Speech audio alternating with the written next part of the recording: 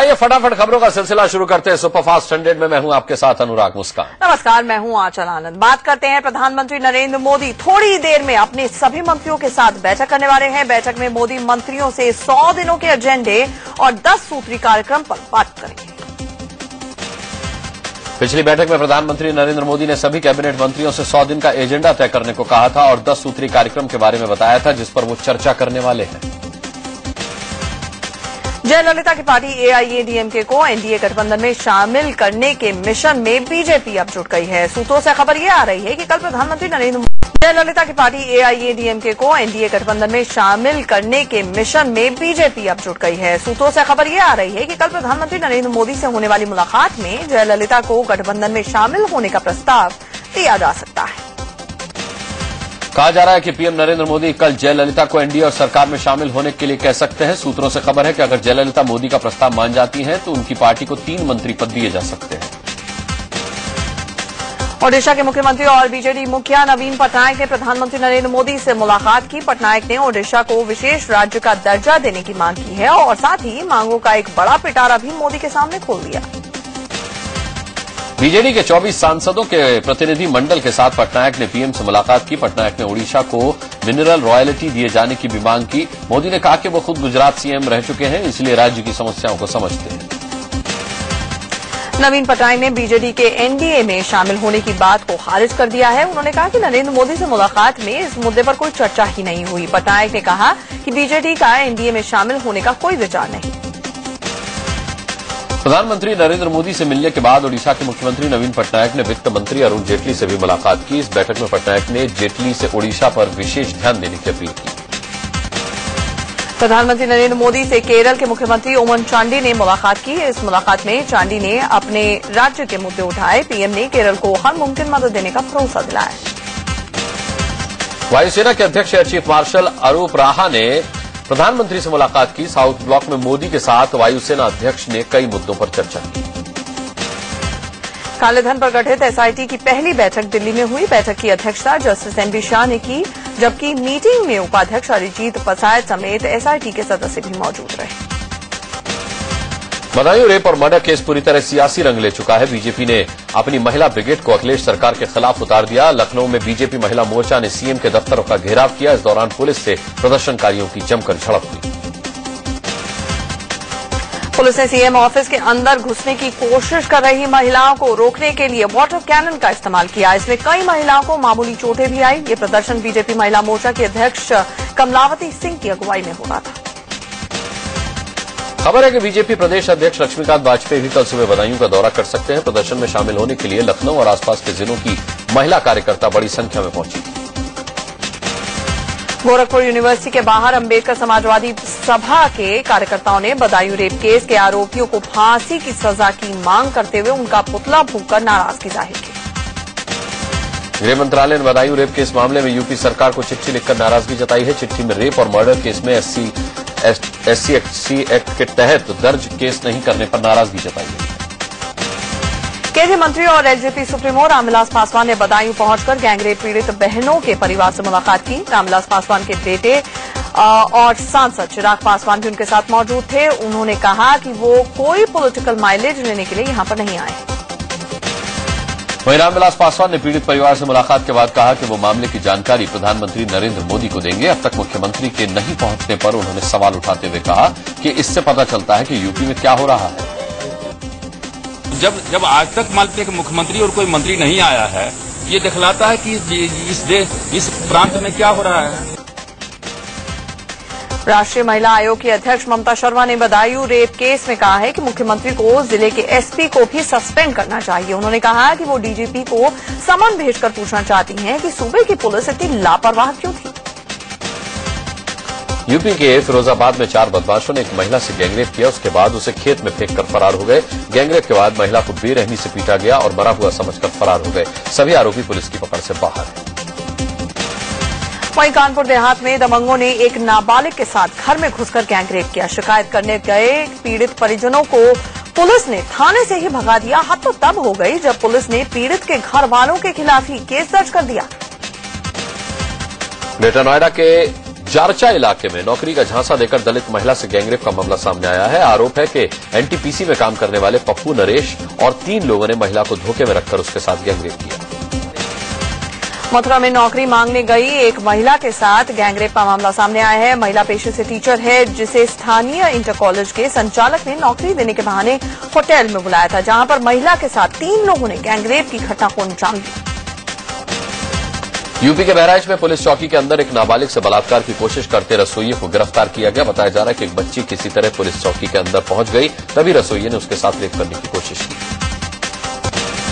UP के कानपुर में gangrape की कोशिश का मामला सामने आया है। विवाहिता के मुताबिक 2 लोगों ने उसके साथ रेप की कोशिश की और विरोध करने पर उसकी पिटाई कर डाली। यूपी के मुजफ्फरनगर में भी कुछ दरिंदों ने छेड़छाड़ का विरोध करने पर एक महिला को गोली मार दी। महिला की हालत नाजुक बनी हुई है। बस्ती में छात्रा के साथ छेड़खानी के बाद उसे जिंदा जलाने के मामले में पुलिस ने 8 में से 7 आरोपियों को गिरफ्तार कर लिया है। पुलिस एक फरार आरोपी को भी जल्द पकड़ने का दावा कर रही है। वहीं पीड़ित लड़की खतरे से बाहर बताई जा रही है। मेरठ में गैंगरेप पीड़ित लड़की का घर के सामने से अपहरण हो गया। घर वालों का आरोप है कि आरोपी लड़की को उठाकर ले गए। यूपी के कौशाम्बी में पुलिस हिरासत से रेप पीड़ित 2 लड़कियों को उठाकर ले जाने का सनसनीखेज मामला सामने आया है। पुलिस इस मामले में समाजवादी पार्टी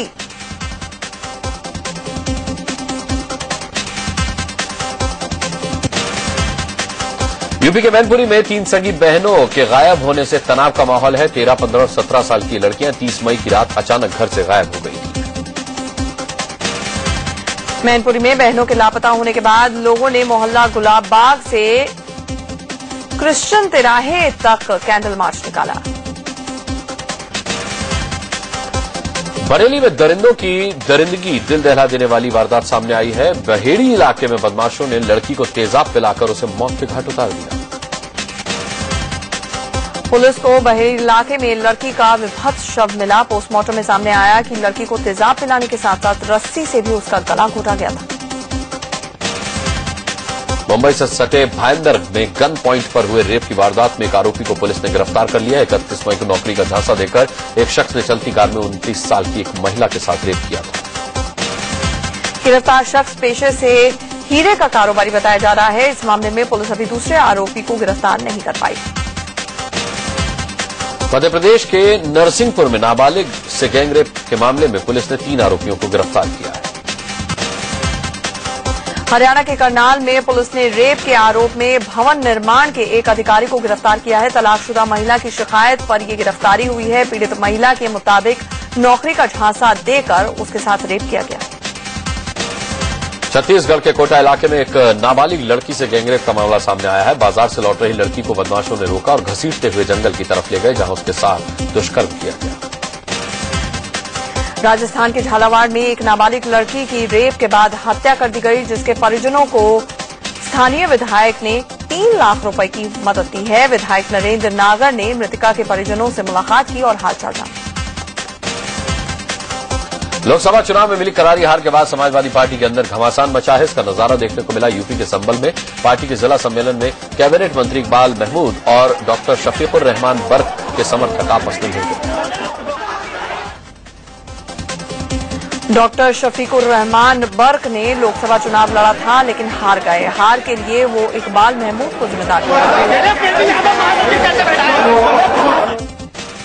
संभल जैसा ही नजारा मुजफ्फरनगर में भी देखने को मिला। लोकसभा चुनाव में मिली हार पर चर्चा के दौरान 2 पक्षों की आपस में कहासुनी होने लगी। जो मंच पर बोलने के लिए था वो अखाड़ा बनते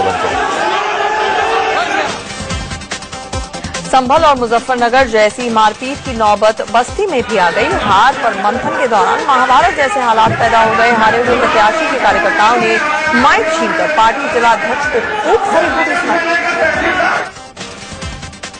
वहीं औरैया में बीजेपी पार्षद को समाजवादी पार्टी के नेताओं ने खूब पीटा। आरोपियों ने पुलिस थाने के पास बुलाकर के नेता की पिटाई की। राजस्थान के भीलवाड़ा में पुलिस ने एक युवक को जमकर पीटा। युवक पर कैदियों को मादक पदार्थ देने का आरोप है। यूपी के एटा में प्रॉपर्टी विवाद को लेकर एक ही परिवार में जमकर मारपीट हुई। परिवार की महिला ने भी एक दूसरे पर पथराव किया। दोनों ओर से जमकर लाठी डंडे चले। झगड़े की शिकायत मिलने पर पहुंची पुलिस ने मामले को शांत करने की कोशिश की, लेकिन एक दूसरे के खून के प्यासे हो चुके लोगों ने पुलिस पर ही हमला बोल दिया और पुलिस वालों को दौड़ा दिया। सोनिया गांधी और शाही इमाम की मुलाकात पर सवाल उठाने के बाद कांग्रेस सांसद असरारुल हक ने यू टर्न ले लिया है। बिहार के किशनगंज से सांसद असरारुल ने सफाई दी है कि उन्होंने इस मुलाकात पर कोई सवाल नहीं उठाया। पूछा क्या आप ये बताइए कि जो अहमद बुखारी मिले थे उनसे, तो वो मिलना सही था या गलत था?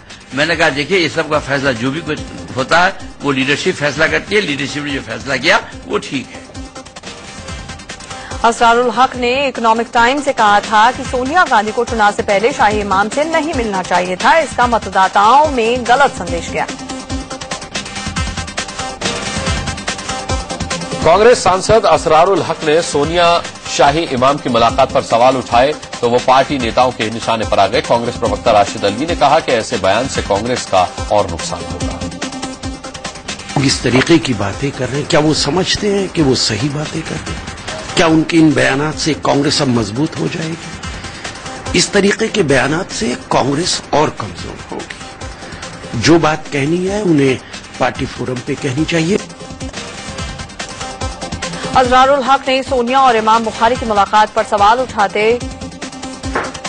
उठाया, उसके बाद पलट गए, लेकिन कांग्रेस महासचिव दिग्विजय सिंह ने शाही इमाम पर निशाना साधते हुए उन्हें सांप्रदायिक करार दे डाला। टीआरएस प्रमुख के चंद्रशेखर राव ने तेलंगाना के पहले मुख्यमंत्री के तौर पर शपथ ली। उनके साथ साथ उनके बेटे के.टी. रामाराव, भतीजे टी. हरीश राव और 9 अन्य मंत्रियों ने भी शपथ ली। चंद्रशेखर राव से पहले ESL नरसिम्हन ने आज तेलंगाना के राज्यपाल पद की शपथ ली। राज्यपाल को हाईकोर्ट के चीफ जस्टिस ने शपथ दिलाई। प्रधानमंत्री नरेंद्र मोदी ने तेलंगाना का पहला मुख्यमंत्री बनने पर के चंद्रशेखर राव को बधाई भी दी। उन्होंने ट्वीट करके कहा कि तेलंगाना के विकास के लिए मेरी शुभकामनाएं। उधर टीडीपी सुप्रीमो चंद्रबाबू नायडू सीमांध्र के मुख्यमंत्री के तौर पर 8 जून को शपथ लेंगे। महाराष्ट्र में विधानसभा चुनाव से पहले शिवसेना और बीजेपी के मुख्यमंत्री पद को लेकर घमासान मच गया। शिवसेना ने जहां सीएम पद पर अपना दावा ठोका है, वहीं बीजेपी के कुछ नेता गोपीनाथ मुंडे को मुख्यमंत्री का दावेदार बता रहे हैं। शिवसेना के प्रवक्ता संजय राउत ने कहा है कि महाराष्ट्र के अगले सीएम शिवसेना प्रमुख उद्धव ठाकरे होंगे। राउत ने जोर देकर कहा कि ये पहले से ही तय है कि बीजेपी का पीएम होगा और शिवसेना का सीएम। शिवसेना के मुखपत्र में लिखा गया है कि बीजेपी नेताओं ने राज्य में सीएम की कुर्सी पाने के लिए उधार और ब्याज का धंधा शुरू कर दिया है। राज्य में कौन मुख्यमंत्री बनेगा, अब ये खेल शुरू हो गया है। मुख्यमंत्री बनने के लिए कई लोगों ने कमर कस ली है। दरअसल सामना में बीजेपी पर यह निशाना तब साधा गया जब महाराष्ट्र बीजेपी के अध्यक्ष देवेंद्र फडणवीस ने कहा कि गोपीनाथ मुंडे दिल्ली 3 महीने के लिए गए हैं। 3 महीने के बाद मुंडे को ब्याज के साथ वसूल करेंगे, यानी कि वापस बुलाएंगे महाराष्ट्र। महाराष्ट्र में कैबिनेट का विस्तार किया गया। अब्दुल सत्तार को कैबिनेट मंत्री के तौर पर शपथ दिलाई गई। महाराष्ट्र के उद्योग मंत्री नारायण राणे मंत्रिपद छोड़ सकते हैं। पार्टी ने कुछ वरिष्ठ नेताओं से इलाके में घूमने और चुनाव की तैयारियों में जुटने को कहा है। इसी निर्देश पर राणे मंत्रिपद छोड़कर पार्टी के लिए काम में जुटने वाले। मंत्रिमंडल विस्तार किया। पटना राजभवन में राज्यपाल ने 14 नए मंत्रियों को पद और गोपनीयता की शपथ दिलाई। गृह मंत्रालय के सूत्रों के हवाले से खबर है कि कांग्रेस अध्यक्ष सोनिया गांधी की बेटी प्रियंका गांधी और उनके परिवार के सदस्यों को पहले जैसी ही सुरक्षा मिलती रही। इससे पहले प्रियंका गांधी ने एसपीजी को पत्र लिखकर कहा था कि उनके और उनके परिवार के सदस्यों को हवाई अड्डों पर दी जाने वाली सामान्य सुरक्षा जांच की छूट वापस ले ली जाए। मध्य प्रदेश के गृह मंत्री बाबूलाल गौर को जन्मदिन पर बधाई देने वालों का तांता लगा रहा।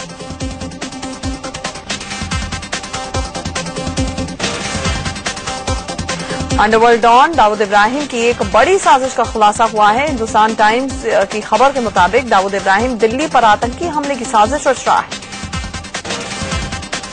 93 मुंबई बम धमाका के दोषी याकूब मेनन की फांसी पर सुप्रीम कोर्ट ने रोक लगा दी है। मेमन की अर्जी पर सुनवाई करते हुए सुप्रीम कोर्ट ने इस बाबत महाराष्ट्र सरकार को नोटिस भी भेजा है।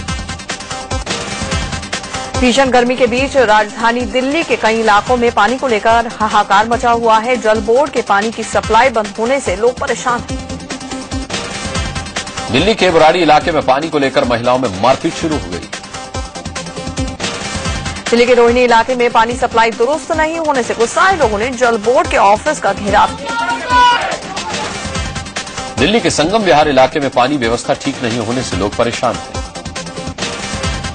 दिल्ली से सटे गाजियाबाद के कई इलाकों में भी पानी की किल्लत से लोगों को जूझना पड़ रहा है। छत्तीसगढ़ की राजधानी रायपुर में गर्मी में लोग पानी की किल्लत से परेशान हैं।